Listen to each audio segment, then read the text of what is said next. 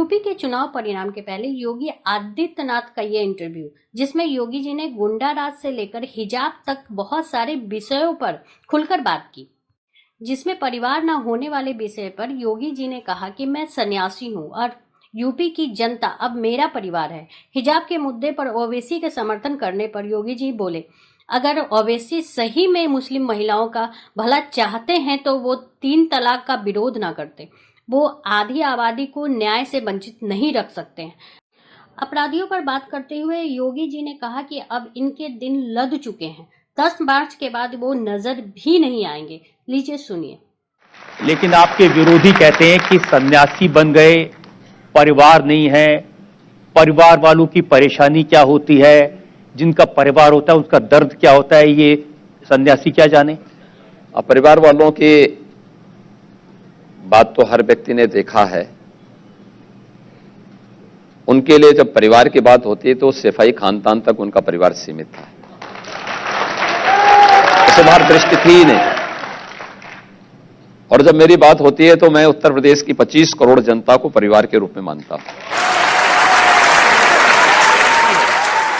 इनकी संवेदना उत्तर प्रदेश की जनता के प्रति कभी नहीं थी।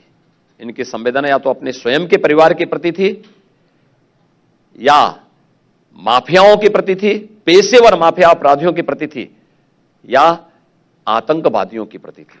प्रदेश की जनता के प्रति कभी नहीं थी। लेकिन राजनीति में हम देखते हैं परिवार होने का फायदा तो होता है। अब करहल में अखिलेश यादव जब कैंपेन करने गए तो मुलायम सिंह जी भी थे, चाचा भी थे, भतीजे भी थे, बहुत सारे लोग थे। देखिए, वही तो हम कह रहे हैं ना कि उनके लिए उनका परिवार प्रचार कर रहा था, मेरे लिए मेरा परिवार प्रचार कर रहा था।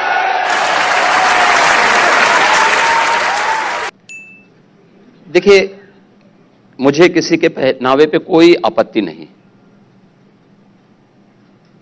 घर में कौन क्या पहन रहा है, बाजार में कौन क्या पहन रहा है, सार्वजनिक स्थानों पे कौन क्या पहन रहा है, उस पे हम लोगों को आपत्ति करने का कोई अधिकार नहीं है। लेकिन मेरा एक बात मानना है कि देश की व्यवस्था संविधान से चलनी चाहिए। इस सबके हित में है। देश का संविधान अगर न हो तो क्या 3 तलाक जैसी कुप्रथाओं को हम रोक पाएंगे? आप स्कूल की बात कर रहे हैं। असदुद्दीन ओवैसी साहब तो कर्नाटक के इस इशू को यहां ले आए और उन्होंने कहा कि एक दिन हिजाब पहने कोई महिला इस देश की प्रधानमंत्री बनेगी।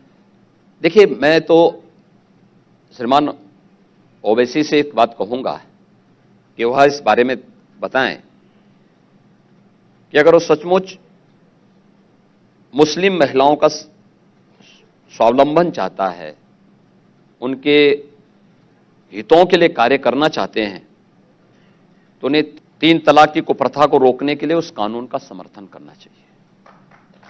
अगर वह समर्थन करते हैं तो हम मानेंगे कि वास्तव में वह मुस्लिम महिलाओं का भला चाहते हैं। लेकिन आधी आबादी को आप न्याय से और सम्मान से वंचित नहीं कर सकते। अभी भी उत्तर प्रदेश में अब माफियावाद और पेशेवर अपराधियों के दिन लग चुके हैं और मुझे नहीं लगता है कि 10 मार्च के बाद इनमें से कोई नजर भी कहीं आएगा। मुझे लगता नहीं। योगी जी ने अयोध्या राम मंदिर पर भी बात की। उन्होंने कहा कि कितना परिवर्तन हुआ है तब और अब में। 1990 में जब राम भक्तों पे गोलियां चली थी और 2005 में जब ये लोग कहते थे कि राम और कृष्ण नहीं हैं, ये सिर्फ काल्पनिक बातें हैं, अब कह रहे हैं कि राम सबके हैं। अखिलेश यादव पर बोलते हुए योगी जी ने कहा कि पहले राम को नहीं मानते थे, अब हनुमान की गदा लहराते फिरते हैं। लेकिन वो लोग भी बदले हैं। आप खुद ही कहते हैं जो राम भक्तों पर गोली चलवाते थे वह हनुमान जी की गदा लेके घूम रहे हैं। देखिए, परिवर्तन है तो अच्छा है, ये होना चाहिए और मुझे प्रसन्नता है। आप देखना आखिर कितना परिवर्तन हुआ है।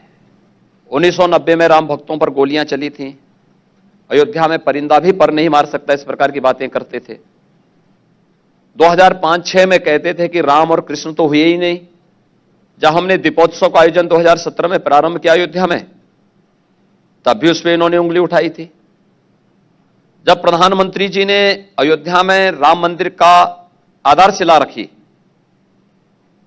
और पूरे देश के अंदर एक माहौल बना, तब इनके स्वर बदले। इन्होंने कहना शुरू किया कि राम तो सबके हैं। पहले राम पे विश्वास नहीं था, आज जब राम की वास्तविक ताकत का एहसास हुआ तो अब राम सबके हो गए।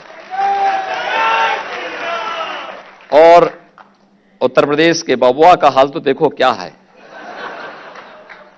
अब वो हर मंच में जाते हैं, यानी जो लोग पहले प्रदेश में अपराधियों को प्रश्रय देते थे, तमंचों की फैक्ट्री लगाते थे, तमंचे बांटते थे, राहतजनी करते थे, अब आप देखते होंगे हर एक जगह हनुमान जी की गदा लहराते हैं। और आप देखना उत्तर प्रदेश विधानसभा चुनाव के बाद, जब 2024 में हम लोग लोकसभा का चुनाव करने में आएंगे,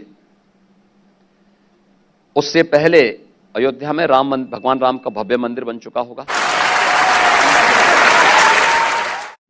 इन सब पर आपकी क्या राय है, प्लीज कमेंट बॉक्स में जरूर लिखें। प्लीज वीडियो को लाइक और सब्सक्राइब करना ना भूलें।